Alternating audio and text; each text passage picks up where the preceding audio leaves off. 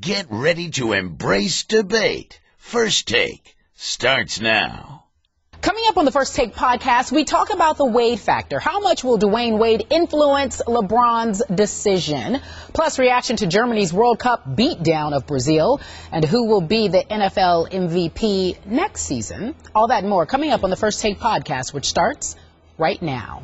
Good morning, everyone, and welcome to First Take. Carrie Champion here with the fellas. It's Skip Bayless to my left and Stephen A. Smith to my right. How are you? My man? Next time I see you, we will be face to face in Los Angeles. In Los Angeles. We're coming to LA. Get ready. I prefer to call it La La. Oh, do you? It's just me. Okay. It's just me. No pun intended for Mrs. Anthony. Just I'm talking about Los Angeles. Yeah. La La. It's just That's La what La the sports writers always called it, La La. All right. Well, we're ready. I'm leaving immediately. You guys aren't leaving right now. No. We know you'll be there. Right away.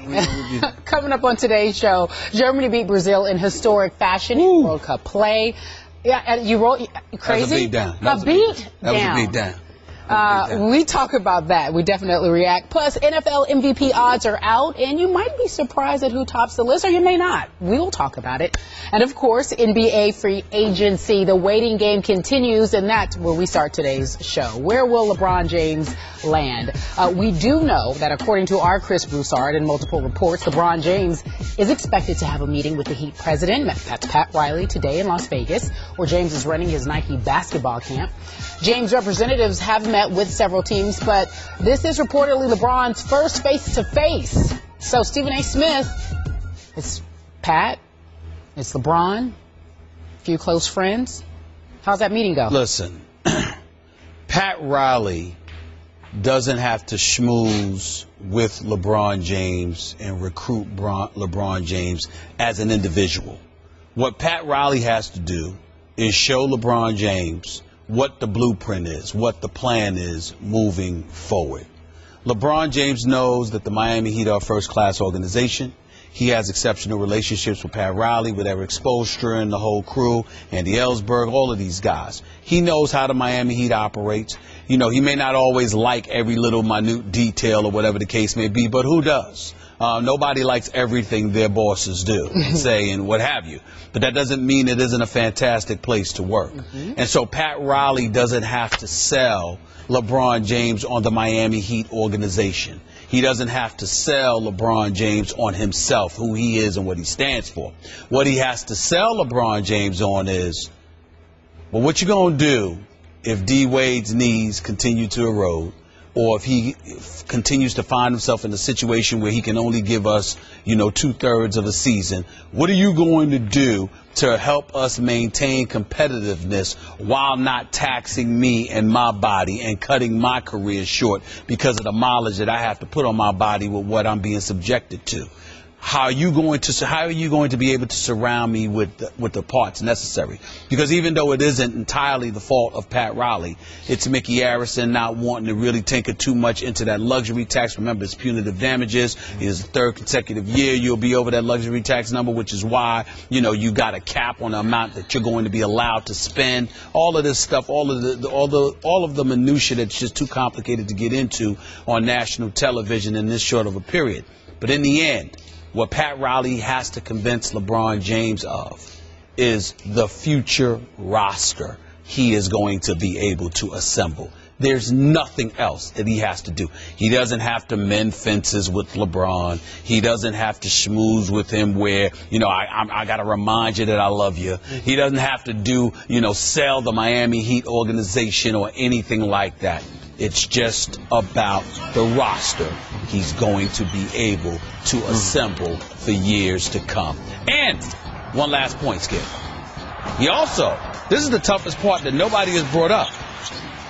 Recently, as months ago, I was told that Pat Riley might not be around in a year or two, that he may end up walking away. He's done it. He's been there. He's done it.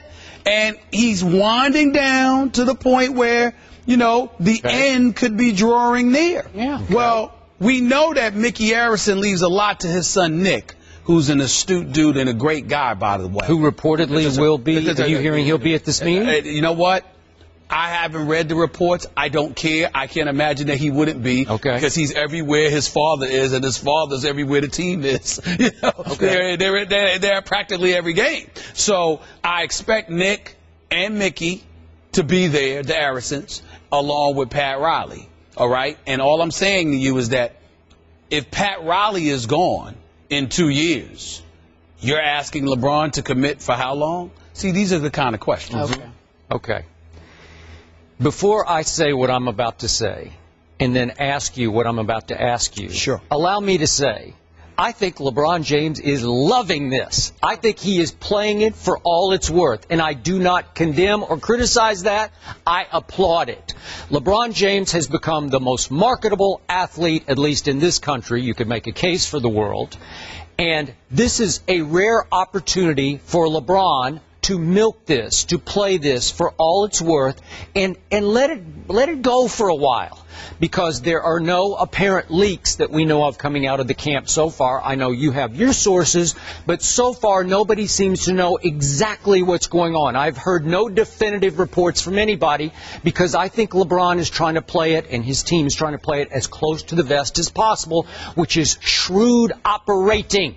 Because they are getting incredible attention and publicity out of this. Brian Windhorst has made the case that LeBron is the most coveted free agent ever. I'm sure you can make that case. He's obviously, to me, the best player in the game still, even though his team just lost by a record margin in the NBA Finals. I won't dwell on that. Please don't. I won't. But I will say that I believe LeBron, who can be a drama king, is going to play this for a while, for all it is worth. And again, I applaud that. Now, back to cases here. I want to know, is this meeting for real or for show? And I'm going to ask that again because I'm not sure about it.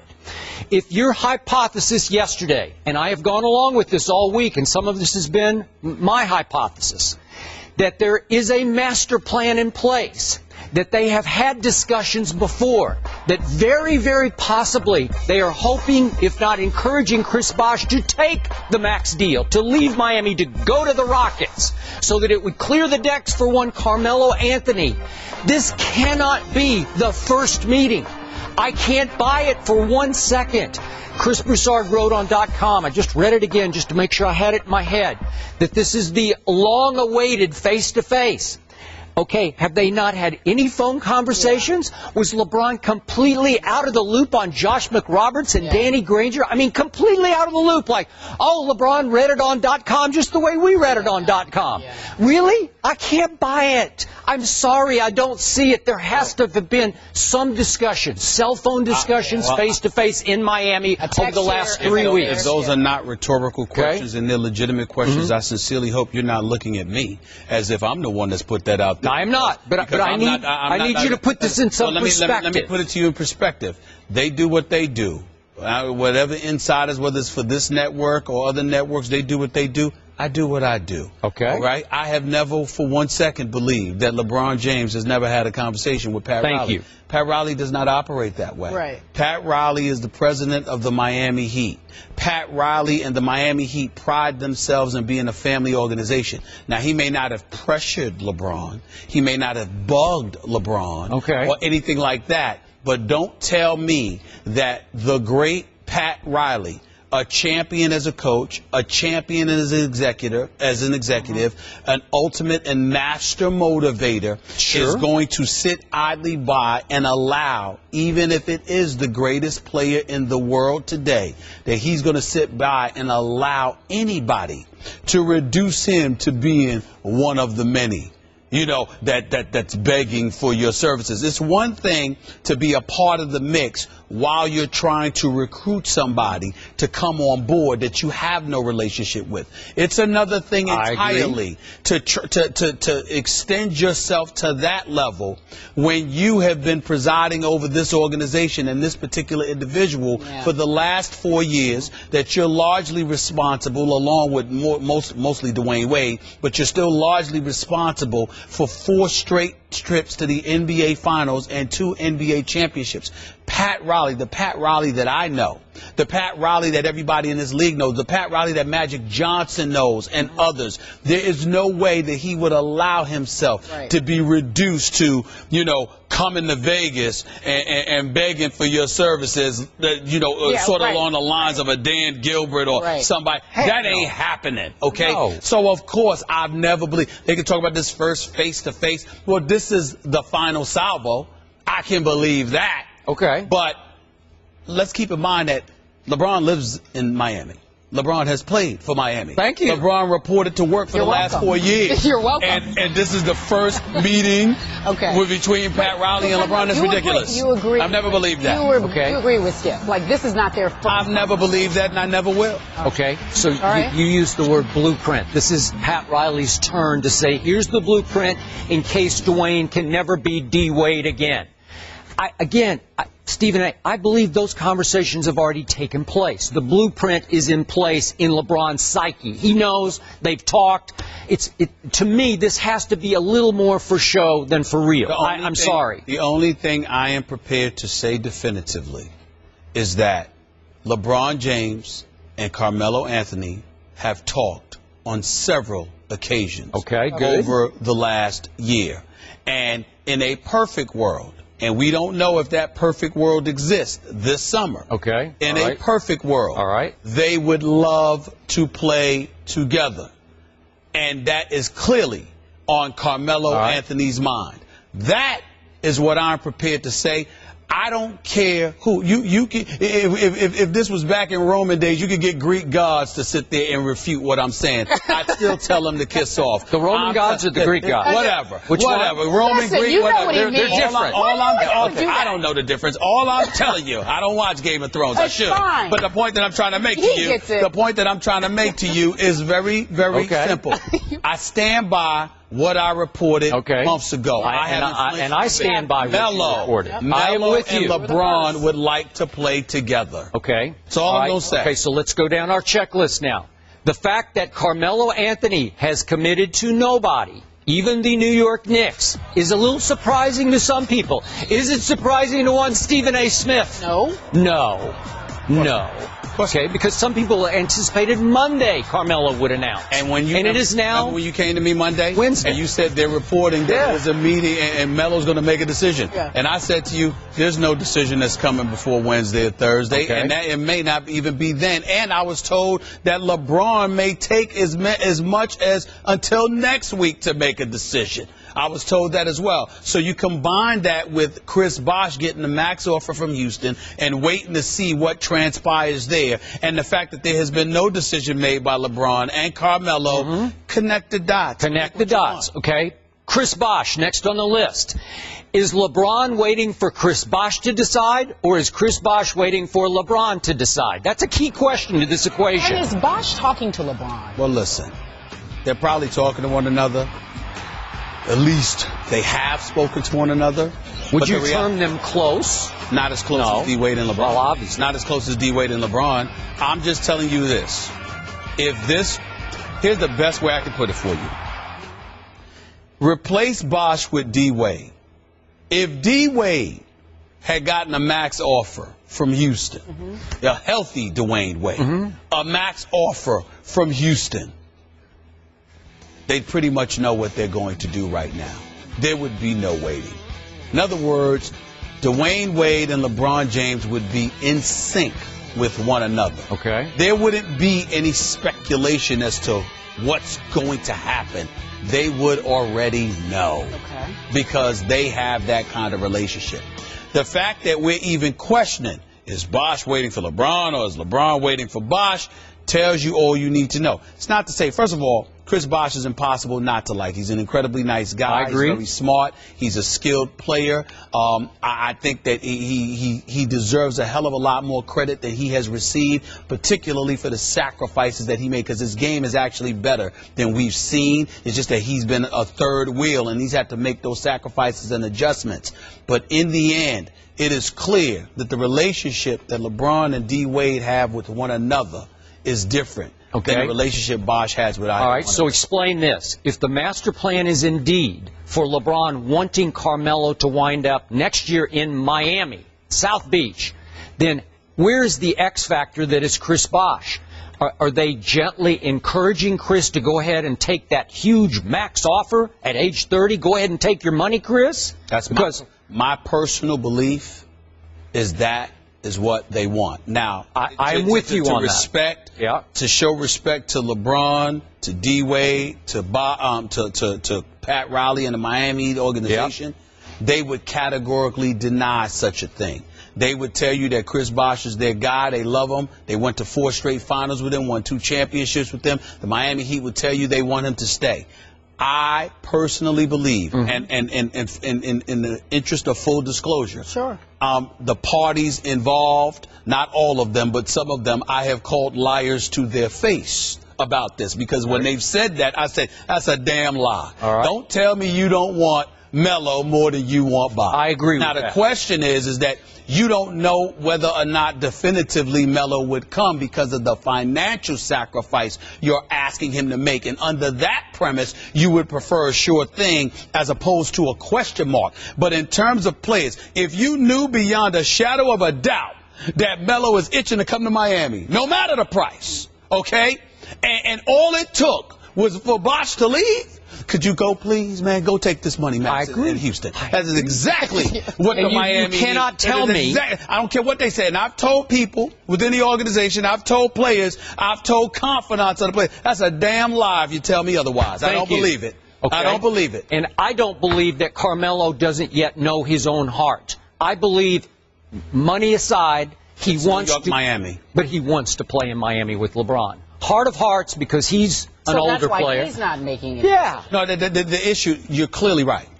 He clearly wants to play with LeBron. Sure.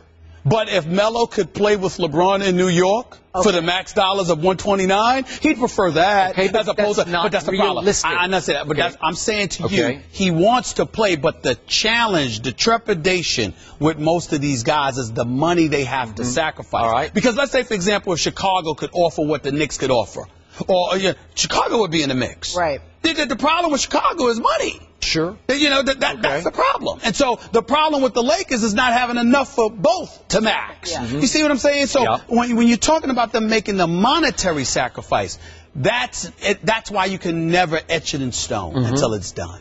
Okay, I'm going to say again, this is my personal gut feeling. Yeah. Just you could call it an uneducated guess if you like. I do not see LeBron James going back to Cleveland with this roster. If you told me there is a guaranteed deal in place for Kevin Love to wind up in Cleveland, for Andrew Wiggins and whatever else, again, I read these speculative reports about this, then I'd say, okay, I get it. But if the roster stays pretty much intact as is, I cannot see any realistic way that LeBron James at this stage of his career would say, I choose to go home to play with that roster. But again, Brian Windhorst is anticipating that by next Monday, Tuesday, Wednesday, that LeBron will make a visit face-to-face to Cleveland. Where clearly, unless I'm wrong about this, they have a brand-new coach, and I don't think LeBron knows him. I might be wrong. Doesn't. Okay, so he needs a face-to-face if he's going to seriously consider Cleveland with that coach and that new GM there. Well, what I can tell you is that the reports are correct when they say Cleveland is being given strong consideration. He's not joking. He's not bluffing. I reported this last summer, if you remember, and you were like, wow, you're serious? I said, look, I said Cleveland is number 2 on the list. You said that. And that's exactly where they are right now. But I also said a few months later, Melo and LeBron have been talking, and that Melo would love to play with LeBron, and LeBron would love to play with Melo. The other thing that I wrote on ESPNNewYork.com, and I've said this repeatedly on the radio, but I don't recall saying this at least ad nauseum here, is this. I'm going to remind everybody. Back in 2006, when I had my show, quite frankly, on ESPN2, Melo came on the show. He had an opportunity to opt out in 2010, like LeBron, D-Wade, and Bosh had done. Melo elected to go with the 5 years, $80 million guarantee from the Denver Nuggets. LeBron and those boys had been imploring him, make yourself available for the class of 2010, and Melo went with the guaranteed money. I get hurt tomorrow. Anything could happen. I'm going to go with the $80 million guarantee. So what happened? He ended up not being a member of that class, and he regretted it because you got to remember, here's the key to all of this. He was the original preference for the big three. It was supposed to be LeBron, Melo, and Wade. Sure. Not LeBron, Bosh, and Wade. I get it. So now that you look, especially when you consider what happened against San Antonio and the rout that just took place in the NBA Finals, I ask you a question, Skip, and I'll throw this out to you just for entertainment purposes. I'm the entertainment on this. You are the No. This is seriously. If Carmelo Anthony were on the Miami Heat, does that series end in 5 games? No, but the Spurs win in 6 games. Okay. Right. I'm not backing off.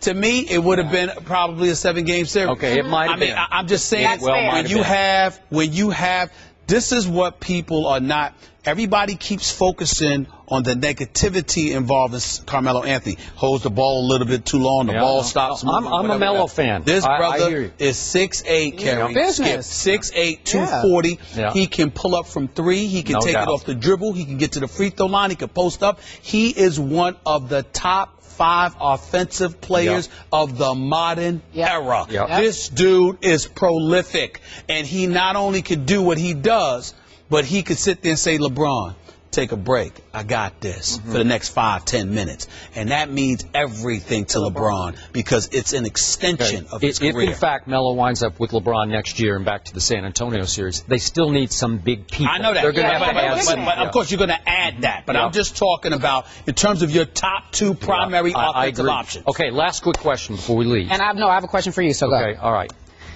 You guys brought up, you and Brian Windhorst on Monday, that LeBron and company were, I don't know how you want to characterize it, a little offended by Pat Riley's State of the Union. That I took it as a challenge to LeBron, and they took it as LeBron was being called out by Pat Riley. Right. Okay. Now, that wasn't your opinion. That was just what you had heard and what Brian had heard. Right. Okay, so you used the term a little earlier. Is this about mending fences? Well, is it? Is this meeting a little bit about let's clear the air on what I said in the State of the Union? No, because if it were, Pat Riley would have made the call long before today. Yeah, exactly. It would not have waited this long. Unless they needed to look each other in the eye. Yeah, but I'm saying he wouldn't have had the meeting. You got to remember, LeBron was just in South Beach. You see what I'm saying? So I'm with you on this. You got to make.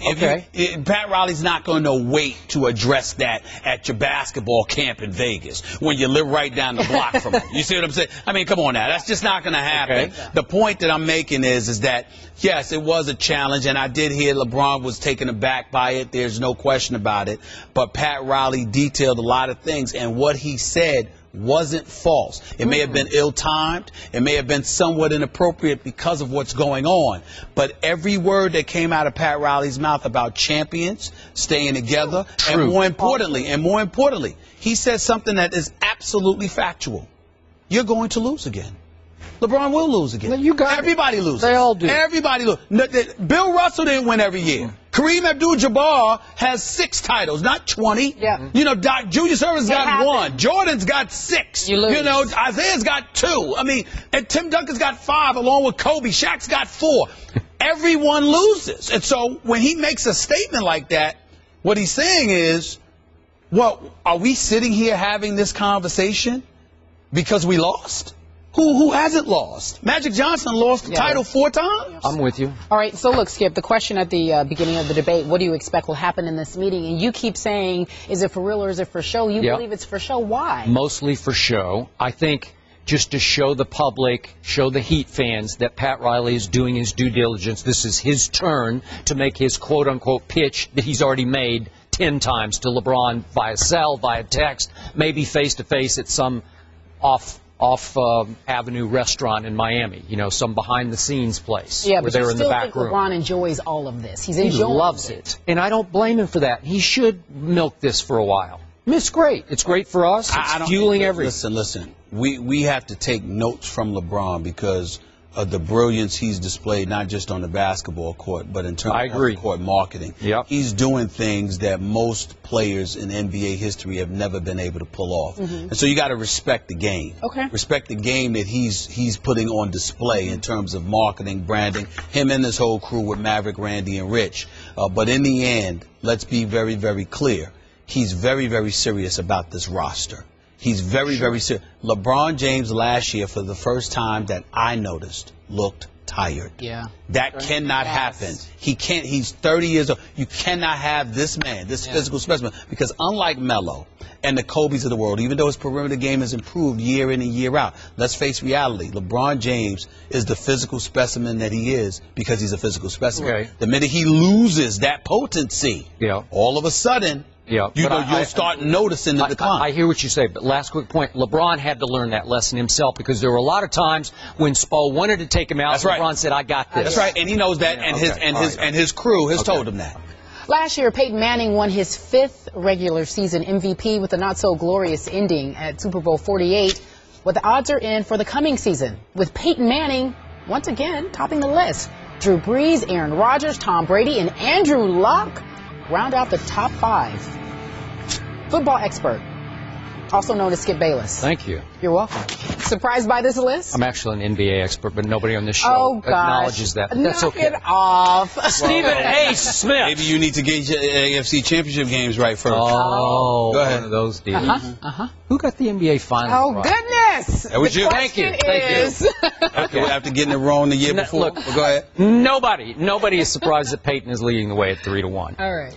Followed, of course, by Drew Brees and that former bad man that was Aaron Rodgers. He's got to come back and be a bad man. I got to see it. He's got to prove it again. Please, easily. I thought Tom Brady was a little low, actually, at only 9-1, which would be a very good bet. Right. Not that I'm a betting man, but that would be a very good bet at 9-1. Andrew Luck, I think, is a little high at 16-1. Whatever. And here comes the stunner for me on this list. Looked at it last night. Eyebrows rose when I got to 20-1. Jay Cutler is all the way up at 20-1, which is pretty good, pretty high. By the way, he's tied at 20-1 with Matthew Stafford.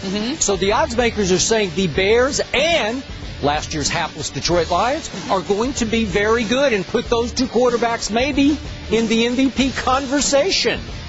Tony Romo trails woefully at 50-1, so they're saying the Cowboys got no shot, and we agree.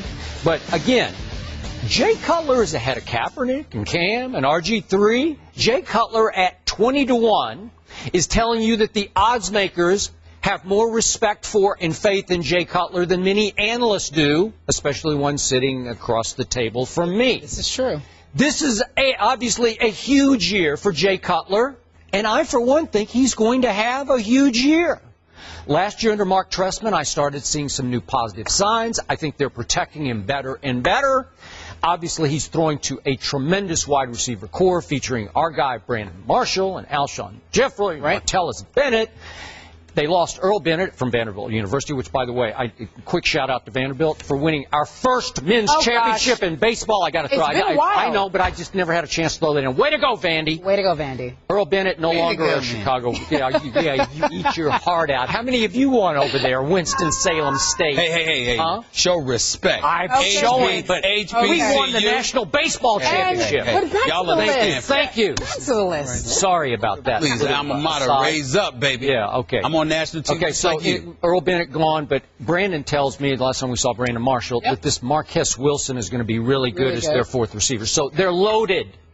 And yet, last year they went 8-8, and Jay Cutler started only 11 of the games, 19 touchdowns to 12 interceptions. Not bad.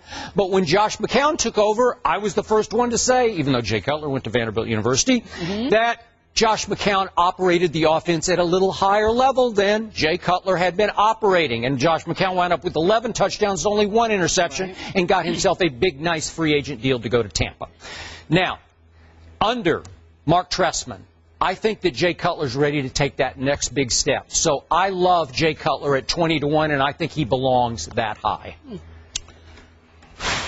I should have went first on this because you stole my thunder. Because when I saw Jay Cutler's name on this list, I barely glanced at anything else. I couldn't believe. Well, there you go. I couldn't believe that this man was at 20-1. Yeah. I said, "What on earth is wrong with these people? What on earth is Jay Cutler doing on this list?" But I'm saying it's right with these people, and you're saying it's wrong. It's horrendous. Jay Cutler doesn't even belong on the list for MVP candidate. Oh, please! I mean, give me a break. All right, hasn't been to the postseason the last 3 years, 2 8-8 seasons. All right, over the last 3 years. And oh, by the way, you got Michael Bush and Matt Forte, a 1,339-yard rusher, and Matt Forte. You got Alshon Jeffrey, who emerged last year. Brandon Marshall's a stud. Martellus Bennett is no joke. You got the coach in Tressman, who's supposed to be some kind of offensive genius. And as far as I'm concerned, Jay Cutler still was Jay Cutler, a walking piece of mediocrity comparable to Tony Romo. Now, if the man was 50-1 odds, I would respect it. 20-1 in what world? You're telling me he's going? Please, what you're doing is you're looking at the roster that he's surrounded by, and you're saying, how can he mess this up? That's what you're really saying. You're saying, how can he mess this up? I've often asked myself that same question. How could Jay Cutler mess this up? Wait, are you calling Jay Cutler a game manager? Is that what you're saying? No, I'm telling you, you know what? That would be a compliment for him. As far as I'm concerned, he has grossly underachieved. Got a rifle for an arm. Can make any NFL pass. Okay? Look, in an NFC Championship game, he's on a bicycle. Okay? Instead of out on a football field. Yeah, whatever. If you're too hurt, you shouldn't have been riding a damn bicycle. I once saw Byron Leftwich be carried from the line of scrimmage down the field trying to make passes for crying out loud. Where is he Jay now? Cutler's right. I understand that. Yeah, Jay Cutler, he's certainly healthy, and he survives, and he's in an NFL uniform, and he's home every single postseason watching the game with us. That's what he does. This is Jay Cutler. Oh, what a joke. He hasn't produced. He hasn't stepped up to the plate. I'm surprised that Brandon Marshall hasn't called into the show already, you know, because he's the biggest cheerleader. I mean, what are the Chicago Bears colors? The blue and orange? I mean, what was navy blue and orange? Is that what it is? I mean, I'm surprised that I haven't seen Brandon Marshall waving his pom-pom, doing the dance, because nobody dances for Jay Cutler more than him. That's right, I said it, Brandon Marshall. He's a stud. He can play. Alshon Jeffrey is a stud. He can ball. Matt Forte is big time. And somehow, some way, we get to Jay Cutler. I am willing to concede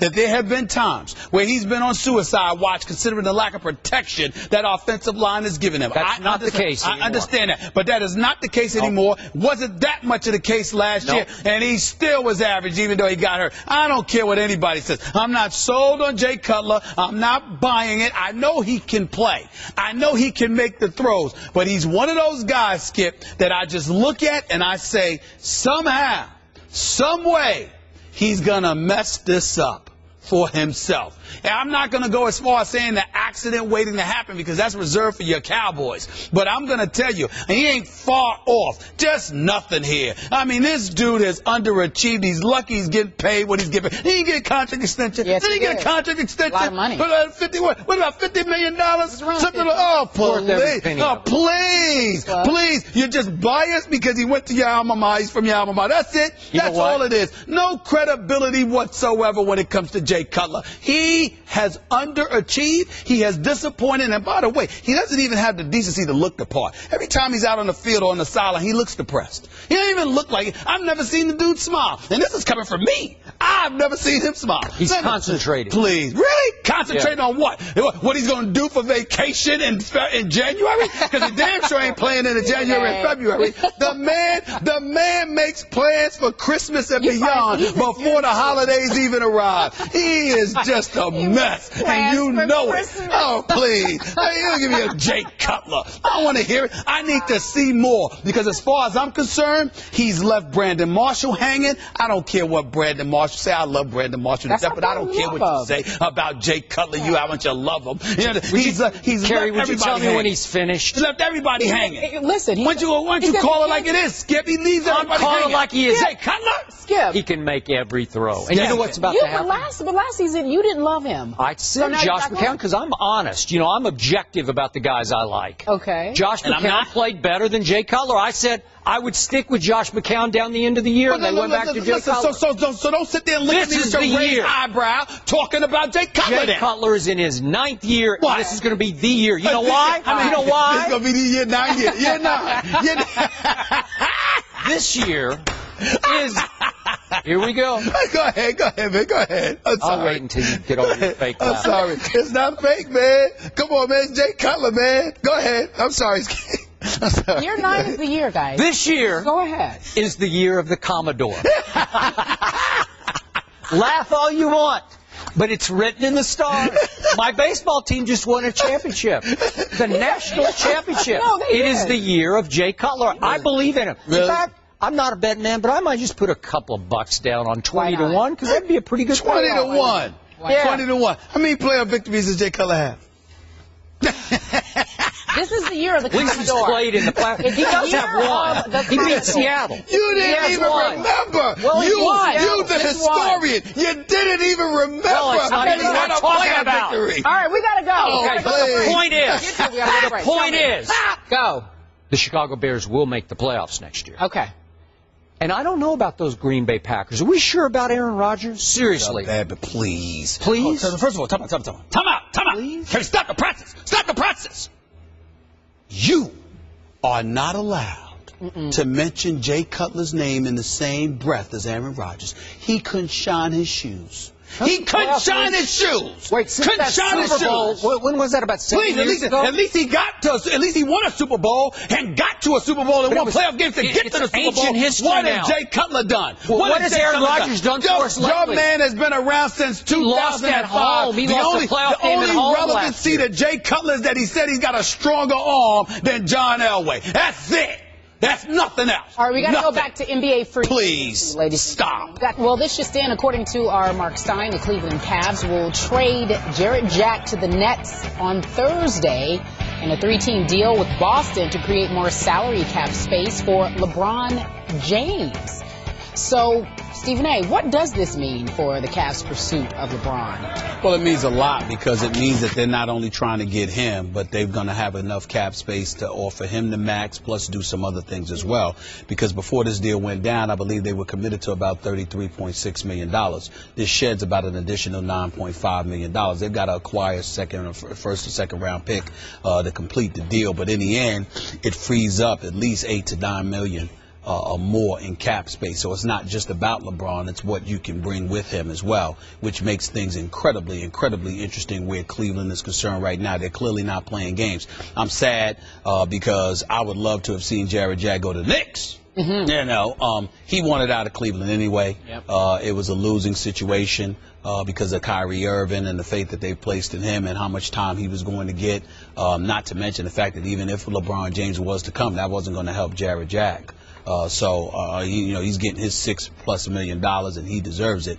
I would have liked to see him in a New York Knicks uniform, but if you can't do that, then going to Brooklyn is all right. But in the end, about LeBron and Cleveland, clearly this shows that Cleveland believes it has a very significant chance of getting LeBron James. By the way, Jarrett Jack did a nice job sitting in for one Stephen A. Smith on our first day in San Antonio during the NBA Finals. Quick thought on Jarrett Jack. I have always respected the heck out of his game. He can flat out from mid-range shoot that jumper. He can play and he's tough. And he's tough. A lot of and heart. he's physical and he's got that NBA body. And he was killing my San Antonio Spurs a year ago when Golden State played San Antonio, remember, in the early rounds. Yes, of the he playoffs. was. And I told him this year, I said, you just haunt me everywhere you go. Well, he keeps going. Yeah. And this is interesting to me. Jarrett Jack is now going to his 7th team in the NBA. So for all of his talent, I think Jarrett can be his own man, have his own ways and opinions, and I think he can be a little difficult to coach if things aren't going well for your basketball team, because there's a reason you keep bouncing around and you've got that much ability. Well, not necessarily. I think that when it comes to Jarrett Jack, from what I'm told, he's a consummate professional. The thing about him is that he's not great at anything, but he's really good at a lot of things. Do And when you you remember a game quickly last year at Madison Square Garden when your Oh, New yes. York Knicks had won 8 in a row and Beat were 'em making up. their playoff He push?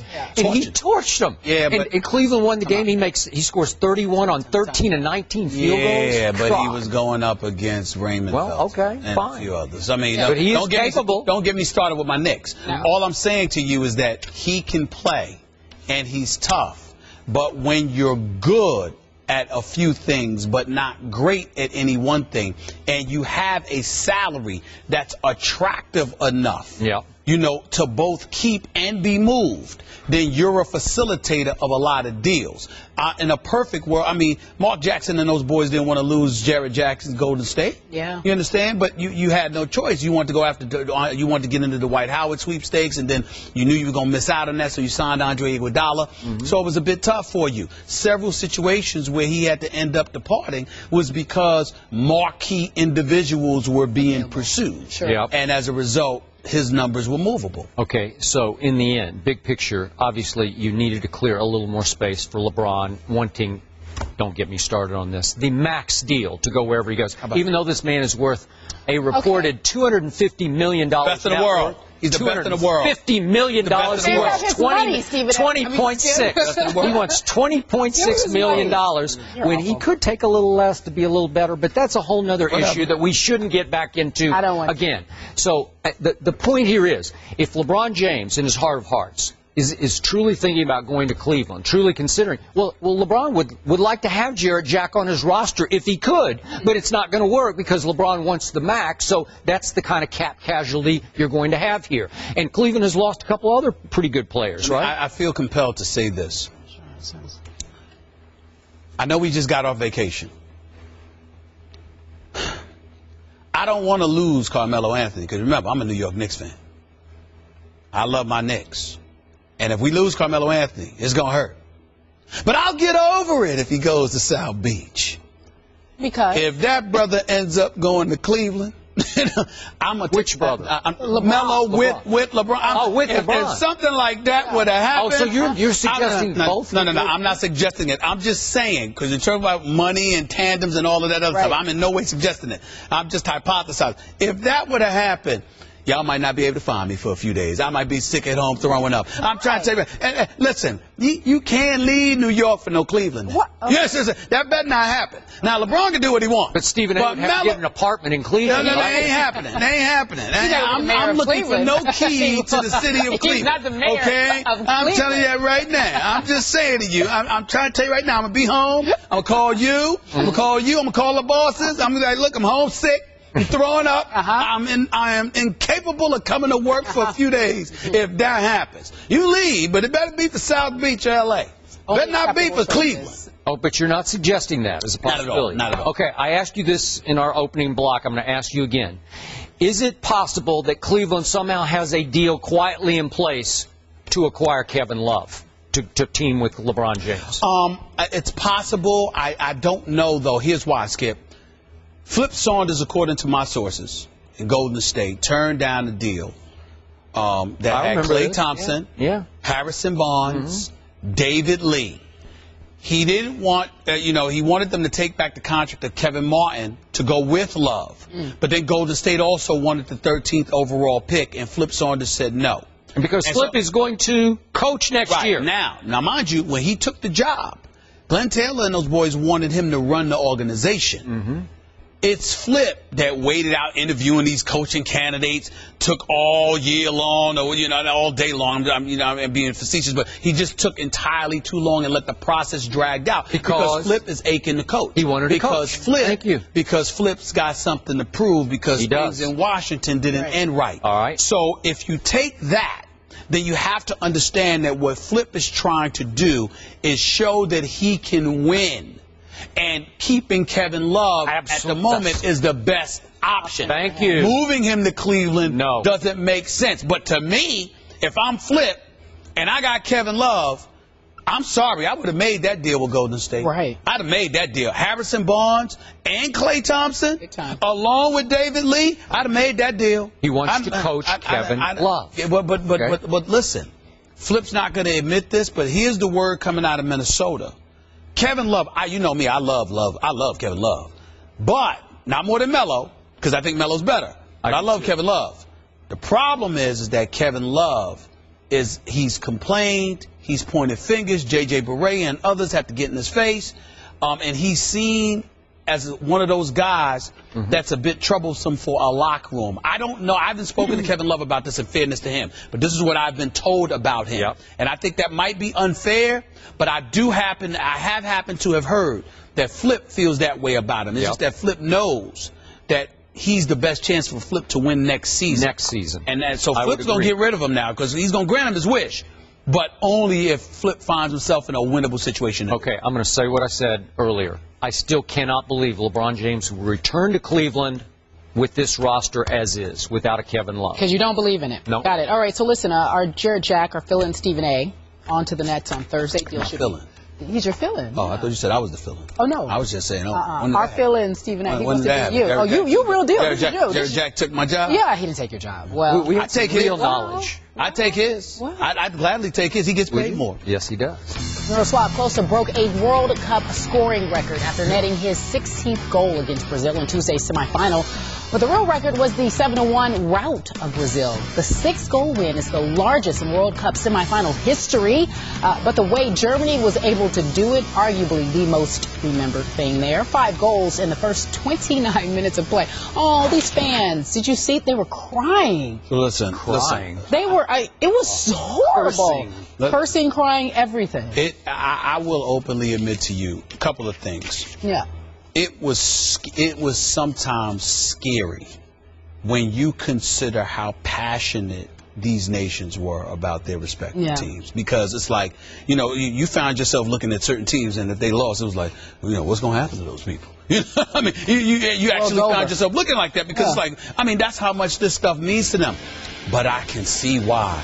My God, I loved it. I couldn't get enough of it. I actually, when I was in Miami, I actually sat down and watched the Netherlands against Spain in their opening match. I watched the whole game from the yard. Yeah, you talked about it on the show. It was unbelievable. I loved stuck in the airport? No, I wasn't. I wasn't. When I was stuck in the airport coming back off vacation. Don't get me started with that. It really ticked me off with those airlines. But it's ridiculous. But I will tell you, USA, valiant effort on their part. I remember I was heartbroken when I forgot who Ronaldo connected with when he put in the header with 15 seconds left. I just couldn't believe it. It broke my heart, But I looked at Team USA and the valiant effort that they put forth. You looked at Brazil. You looked at the Netherlands, Colombia. James Rodriguez and those boys. You saw LeBron James and everybody else tweet about him.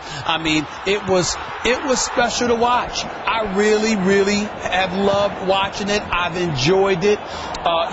Whatever interest I had lost in soccer had been regained. And I got to tell you, it was far more exciting than I ever anticipated it would be, and I loved every moment of it. I really did. You still watched after? I didn't watch the beatdown last night that Germany put on Brazil. Thank the good Lord, because how you go down 5-0? It was an annihilation. That was about a host nation worst loss in World Cup history. That was bad. That was embarrassing. But outside of that, most of the matches have been highly competitive. They really have. Have they?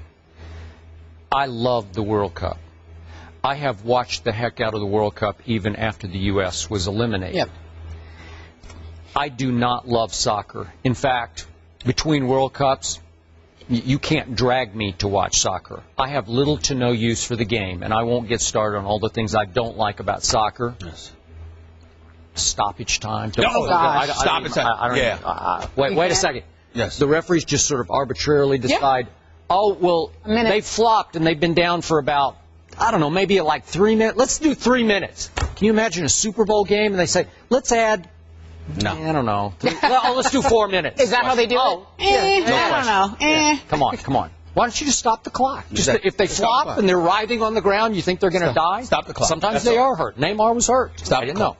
But the point is, I love the World Cup because I have covered World Cups on foreign soil. Firsthand, I have experienced what you alluded to, how much these World Cup games mean to countries in which soccer, or football as they call it, is the sport, by far the sport. Yeah. So I know how into the world it can feel if Brazil, the host country, suddenly loses, 7-1? The shame and the devastation. They are devastated. Yes, are unlike anything that anybody in this country can feel about any sport in this country. Yes. Because I remind you, when our Olympic basketball team, featuring Allen Iverson, remember that? When they don't win gold, Manu and company. Okay. But when they don't win gold, are we don't like it, and we gnash our teeth a little bit, but are we devastated? Do we feel shame? No, because we know we have the greatest professional basketball league in the world, and that in a month or two it will start up again and we'll all be okay. This is different. And yet, was I shocked by 7-1? Yes, I was. But I was not shocked by what happened when Closa, as you mentioned in your open, scored the second goal. All of a sudden, it's 2-0. And with the weight of the known world to the Brazilians on their shoulders, they saw the handwriting. It's like, we have lost. And you know what they did? They flat out quit. Yeah. They just quit. It seemed that way. And then it became clear to me as I watched that it wasn't the loss of Neymar, and that's why I've been watching Brazil, because I like the superstars. You know, give me Messi, give me Neymar. That's right. But or give me James. Or Ronaldo. But in this case, it wasn't the loss of Neymar on the attack. It was the loss of Thiago, not Splitter, but Silva. Thiago Silva, who was the heart, soul, guts, and brains of their defense, which had been a little bit on Amazon quicksand in the early games in this tournament. And all of a sudden, they just said, we have no chance. We're down 2-0. We are done. Oh, my God. And they quit. And Germany, they're tap dancing and scoring. And I was that was what was shocking to me, is that, whoa. How easy it was. These are just simple. Yeah. These are like grade school goals that they're scoring on Brazil, the host country. Are you kidding me? And you know, and there's certain games that you watch, certain sports, where your willingness to quit is a bit more conspicuous than in other sports. You got that right. You know what I mean? It's like, if you're playing soccer, you know how much running you have to do. You know how much effort you have to give. And I'm talking about 0-0 scores, 1-1. You know, I mean, you're running all game long. If you don't want it bad enough, or you've conceded defeat, it's flagrantly evident. You know, and there's no getting around that. And Germany could see it and just piled it on. Just piled it on. Ran them out of there. All right. Ran them out of there. ESPN Radio. With the action on the court, the diamond, or the gridiron. Comes alive. The NBA. The San Antonio Spurs are the world champions. Major League Baseball. The Boston Red Sox have won the World Series. The new college football playoff. The Seminoles have completed the perfect season. Your home for the best in sports play-by-play. ESPN Radio.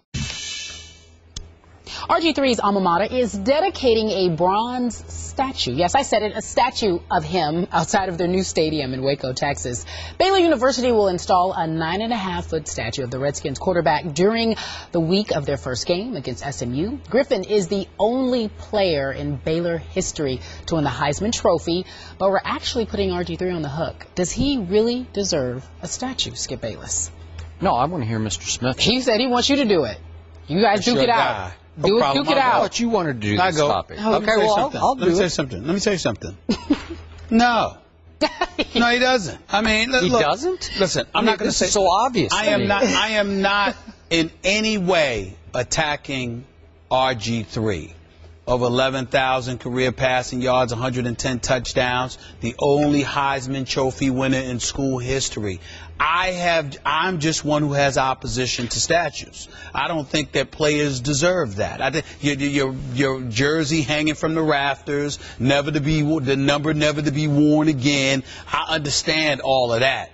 But the statue stuff is just going a little bit too far to me. I don't like stuff like that. Never have. The only statue that I ever fought for was Kareem Abdul-Jabbar. And the only reason I did that was because if the Staples Center could sit there and put up a statue of Magic Johnson and Oscar De La Hoya, how do you not have one for Kareem Abdul-Jabbar? That was the only argument. And Jerry West, you know, they had a Jerry West. And I said, how do you not have one for Kareem Abdul-Jabbar? Because Jerry West may have been the greatest Laker in a lot of people's eyes, and he may be the NBA silhouette, but I think he lost about 8 NBA finals before he finally won one. Kareem Abdul-Jabbar is a 6-time champion, the greatest, most unstoppable move in NBA history, and he's the all-time leading scorer, so he deserved the statue if the others had one. But I've always been strongly opposed to anybody. Oh, so you're just generally opposed to statues? I'm just generally opposed to it. I don't like people being deified like that. Okay. And that's my opposition. I have... Not only do I have no problem with this statue, I applaud Baylor University for reaching this point in their history that they have a Heisman Trophy winner who actually does deserve a statue. And again, we know that RG3 has had his issues with Mike Shanahan in the past, but Ain't got nothing to do with Baylor. But what I'm saying is, I think you can trust Robert Griffin III that is a role model, and I hate for any athlete to be a role model, but that he'll live up to being a statue. I believe that. You know, like he won't embarrass Baylor University I believe that. off the field. I believe that. Okay, I do too. You realize they're about to open a $260 million new stadium, McLean Stadium. Yep. Have you been to Baylor before? Never. Okay. I've been there many, many times in my days in Dallas, Texas. I have been to old Floyd Casey Stadium, which always felt to me like a glorified high school stadium. And you realize that little Baylor University, a Baptist-affiliated school on the Brazos River, just off I-35 in Waco, Texas, for years the smallest school in the Big 8 or Big 12 or whichever way, Southwest Conference, whichever way it was affiliated at that point. Now TCU is a little bit smaller. But again, a private school. Its only claim to fame nationally in the past was Mike Singletary. Remember, he graduated in 1980 from Baylor University. And all of a sudden, you have a Heisman Trophy winner in Robert Griffin III, and your program under Art Briles, and with Bryce Petty at quarterback as a Heisman contender this year, is on the rise. You should put a statue of RG3 in the foyer of your new stadium, $250 million, because you should remind everyone that this little school has risen to this pinnacle that we had a Heisman Trophy winner. Baylor had a Heisman Trophy winner.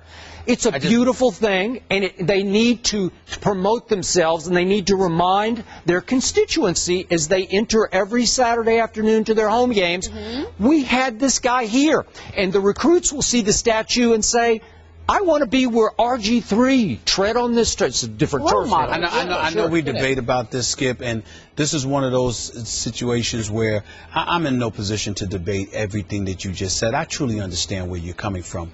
But I think there's a difference between a number being retired, banner hanging in the rafters or the stadium or whatever the case may be, a guy being celebrated by the school, and having a statue. Because when you have a statue, I mean, it may not be forever because a statue can always be knocked down or removed, as we saw with the great Joe Paterno. Yeah. But at the same time, you know, you have to understand that when you are erecting a statue of somebody, what it connotates, it's beyond a reproach. It's the closest thing to forever you can provide. And it's not just because of what they've done for you. It's because of who you believe them not only to be, but will always be. And when you do something like that, there is just a level of discomfort that comes over. I'm going to sit there, and obviously this has nothing to do with RG3. He deserves the accolades. We know what he did at Baylor, and he has nothing to do with what I'm about to say. But you can't get closer to perfection and having a pristine image than the one that Joe Paterno had. And look at what that regressed into.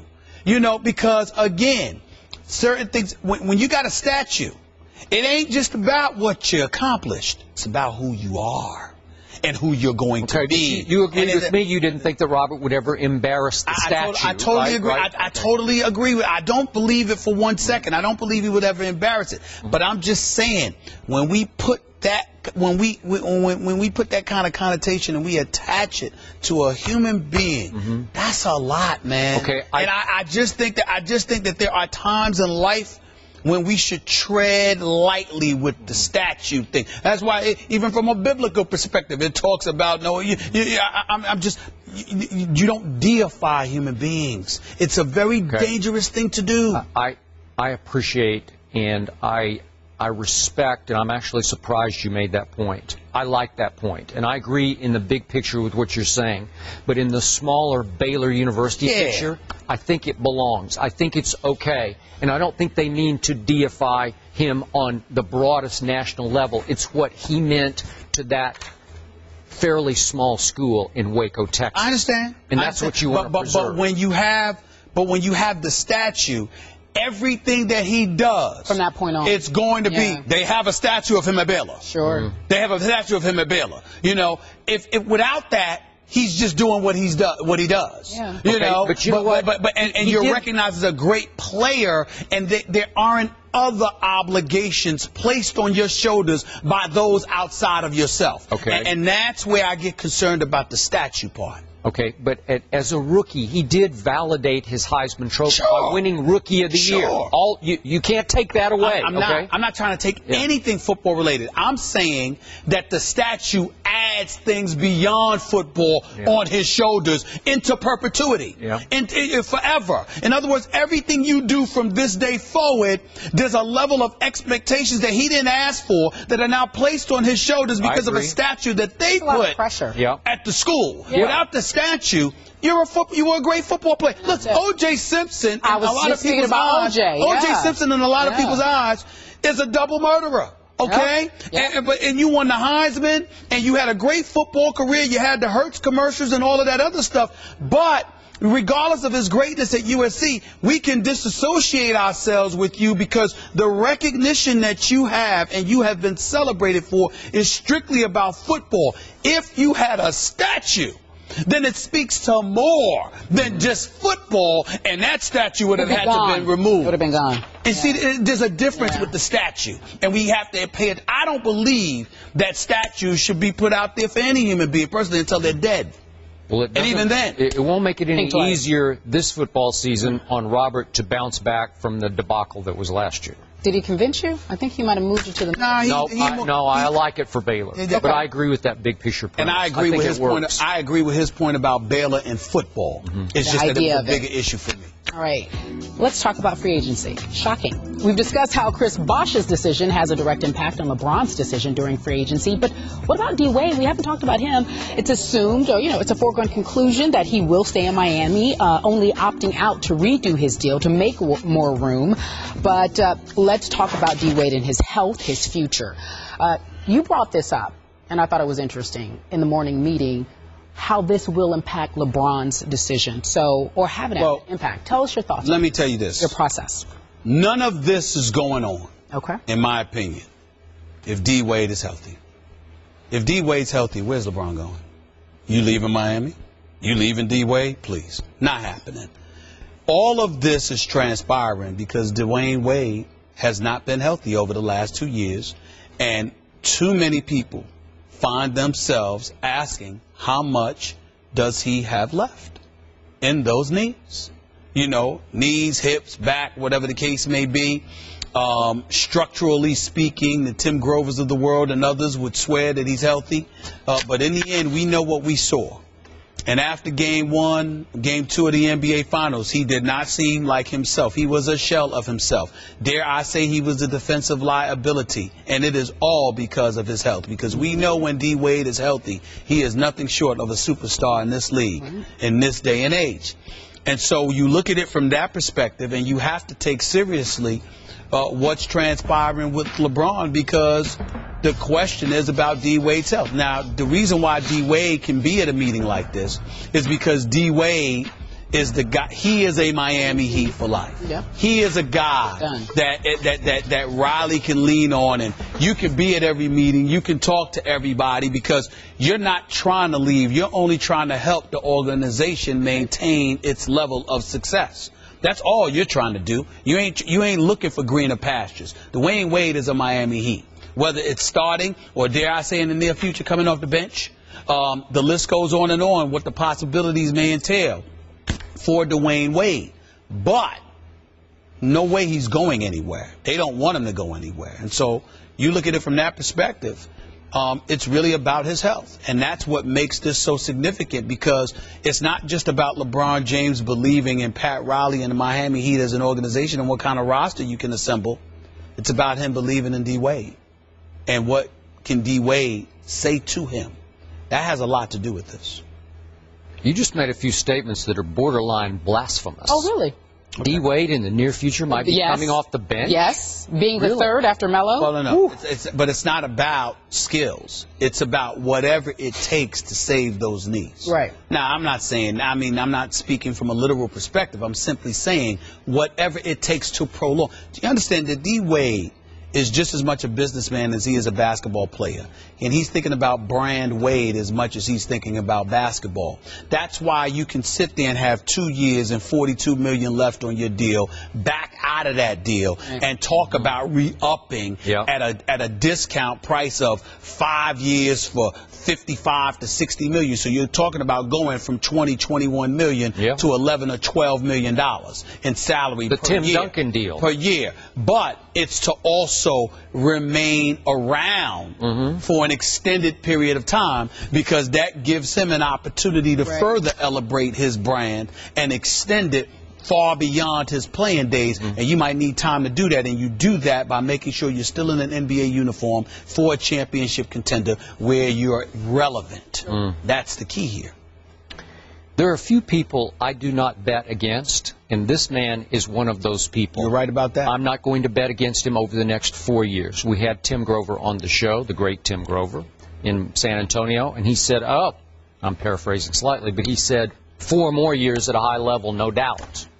Now, objectively, I thought Dwayne looked a little heavy during the finals. I thought his face looked a little heavy.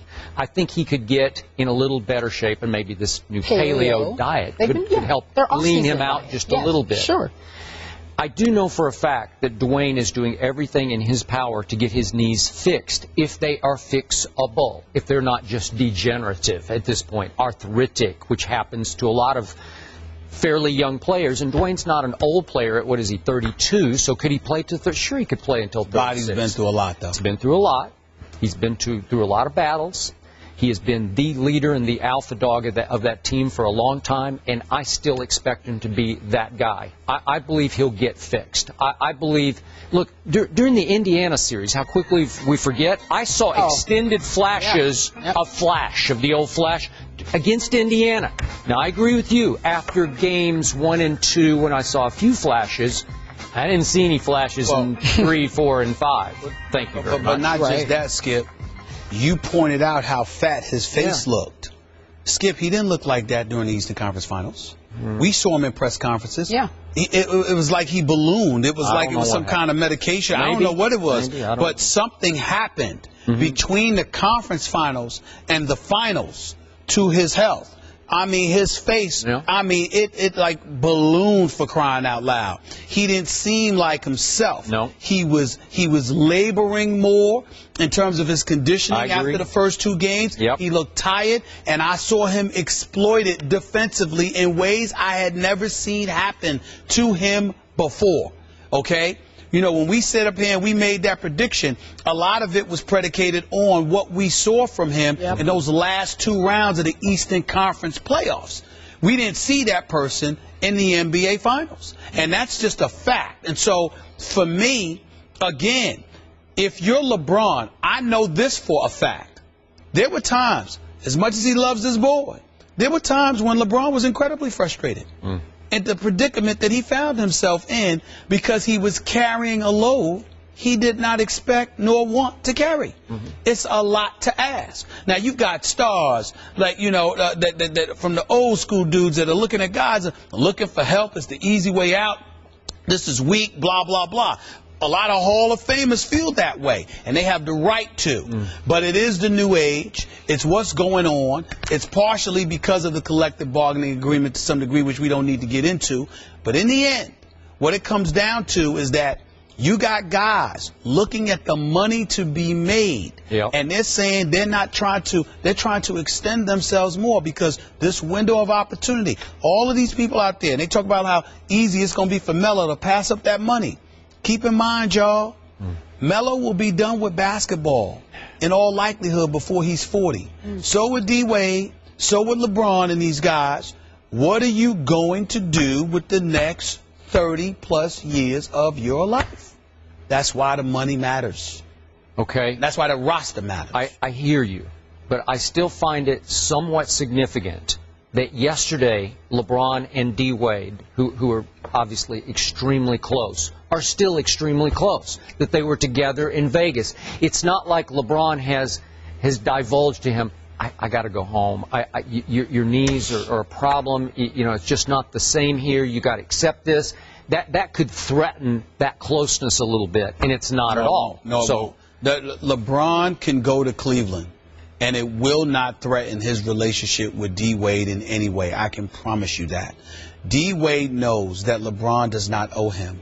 LeBron has paid his debt in full, and so has D. Wade. They have both been incredibly true to who they are and what their friendship is to one another. Now, D. Wade can try and persuade him. Yeah. Okay? And LeBron can choose to or not to listen. But whether LeBron is in Miami, Cleveland, or anywhere else, the friendship with D. Wade is going to remain what it is. Okay, I'm on record as saying they will play again together next year. But let's do the worst case scenario. What if LeBron goes, quote-unquote, home to Cleveland? What if Bosh takes the max deal to go to Houston? Where does that leave Dwayne Wade and Pat Riley? With a longer-term deal for D. Wade in Miami, where he would retire Miami Heat. Where does it leave the Heat next year? Well, nowhere. God. Nowhere. I mean, they would definitely struggle, but that's life. Yeah. You understand? I mean, Dwayne Wade, no disrespect whatsoever. You know how much I love him. He's not playing for free. He is getting paid. And both of them have a job to do, and Dwayne's going to do what he can to the best of his ability. But in the end, if LeBron and Bosh leaves, then that leaves Riles with more money to rebuild a roster. He's just not going to have the megastar to go along with them. Let's talk some football, another kind. The New England Patriots' focus this offseason was to bolster its secondary. They picked up Darrelle Revis and former Seattle superstar cornerback Brandon Browner. And it's these type of changes that have Casey Joyner arguing in a recent article for ESPN Insider that the Patriots will have a better secondary than the defending champions. Listen to that. Someone better than the Legion of Boom. Mr. Bayless. Yes. Are you buying it? No, I am not buying it.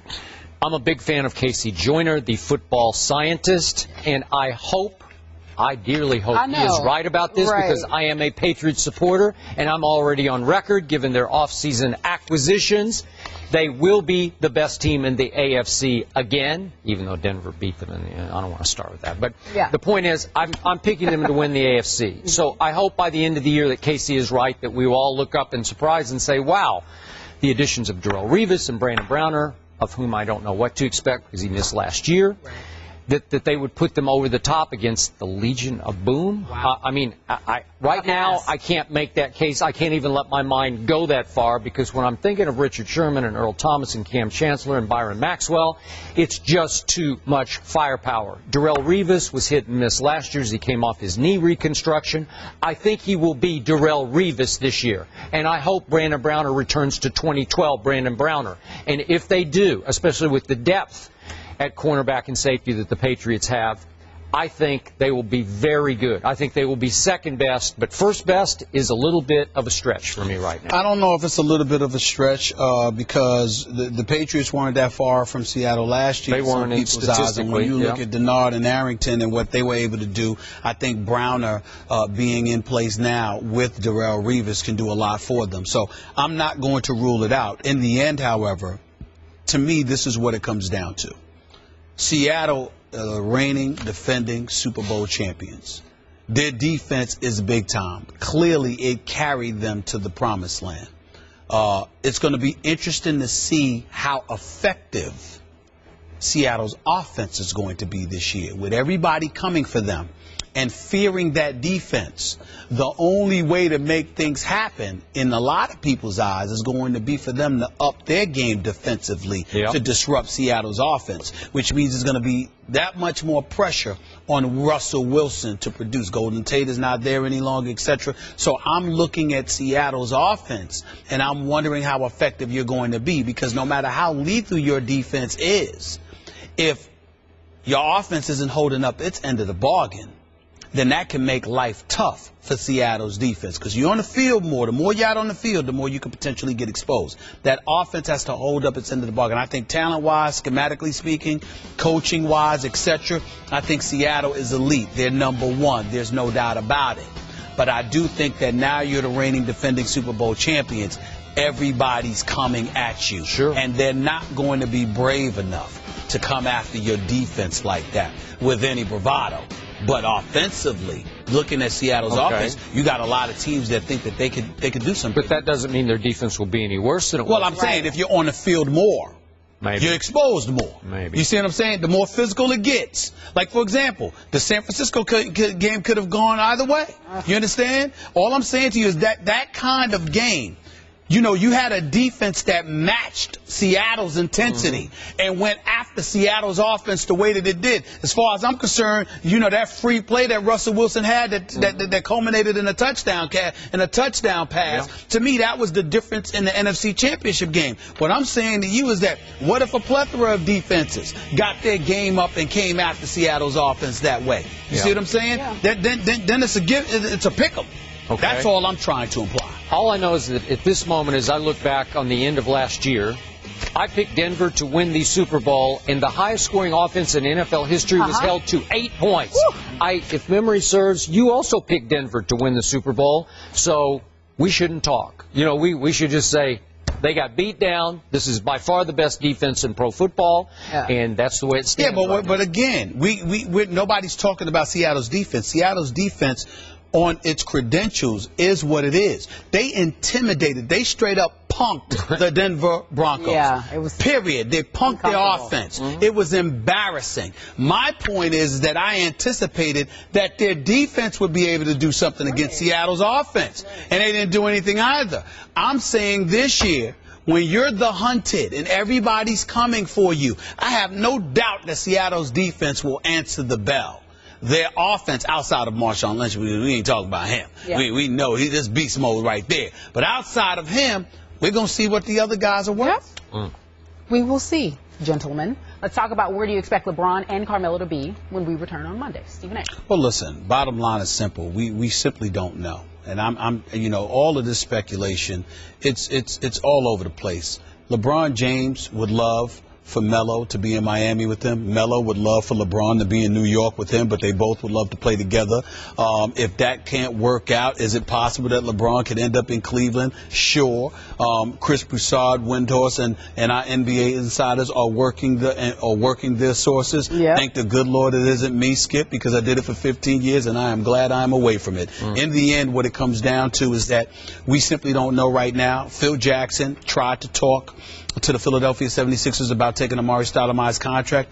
As recently as 35 minutes ago, I was texted and told that's not going to happen, that Philadelphia is not going to take Amari Stoudemire's contract away, because obviously if you could get rid of Bunyani's contract at $12 million and Amari at $23.4 million, then you would have had enough cap space to bring LeBron James, and you could exceed the cap to re-sign Carmelo Anthony. So that's something that Phil Jackson would have loved to have done, unless somebody's lying to me, which I sincerely doubt.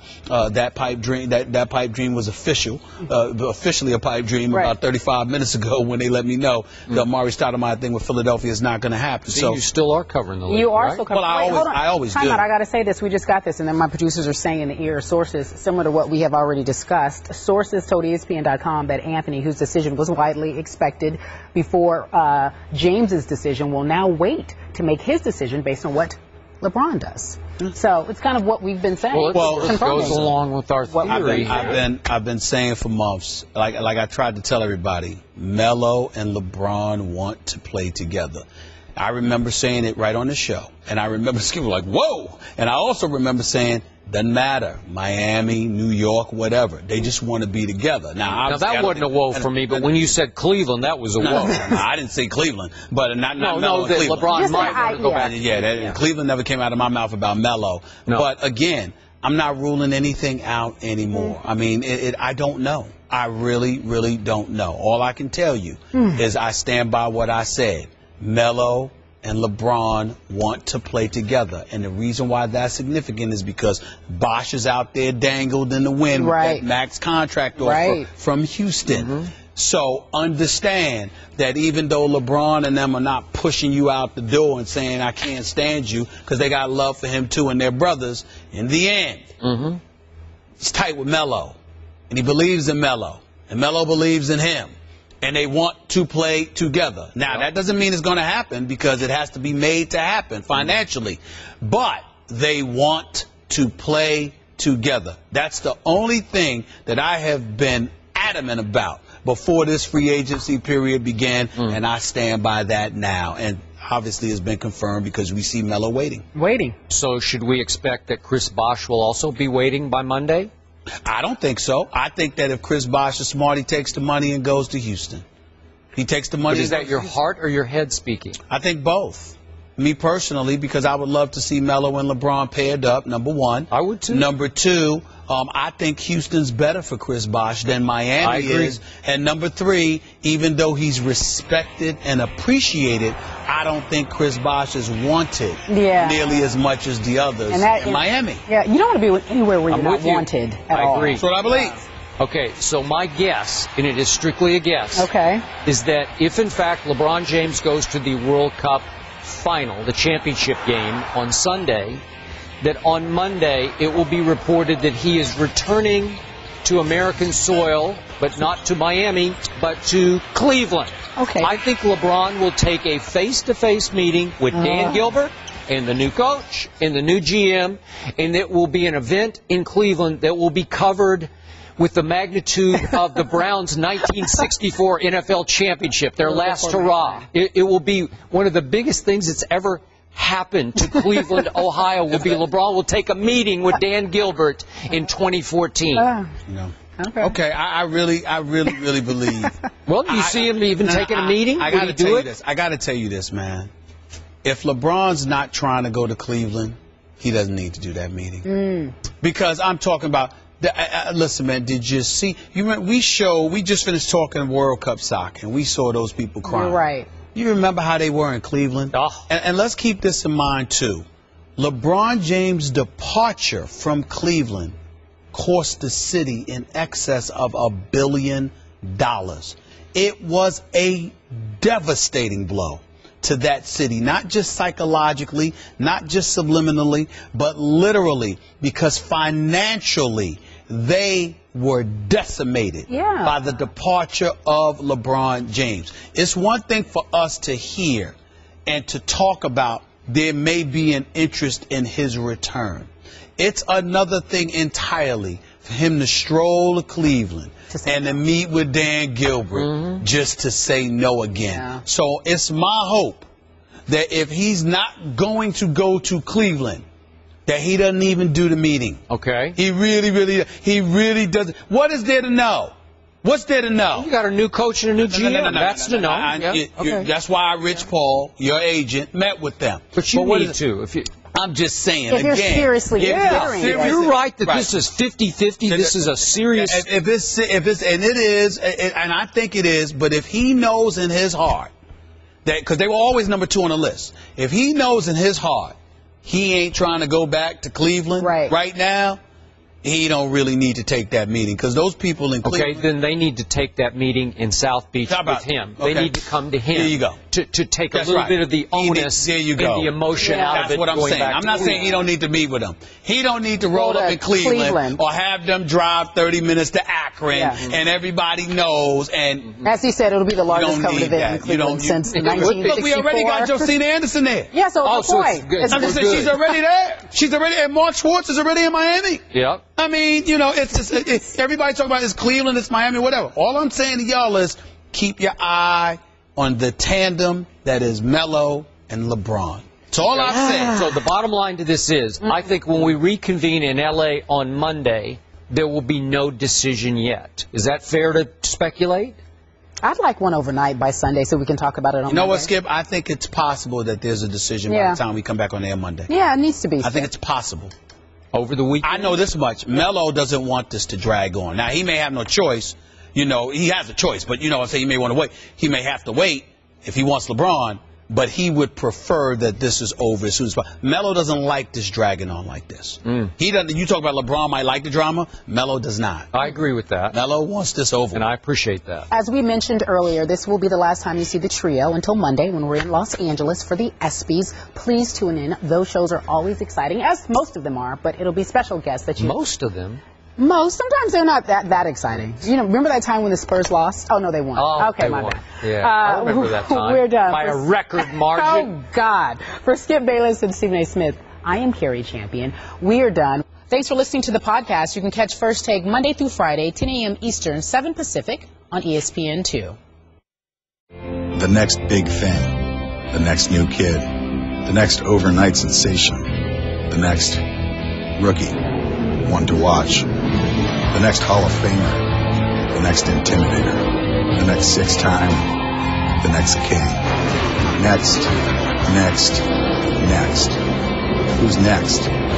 Let's find out. Names are made here. The NASCAR Nationwide Series at New Hampshire, Saturday at 3 Eastern on ESPN2.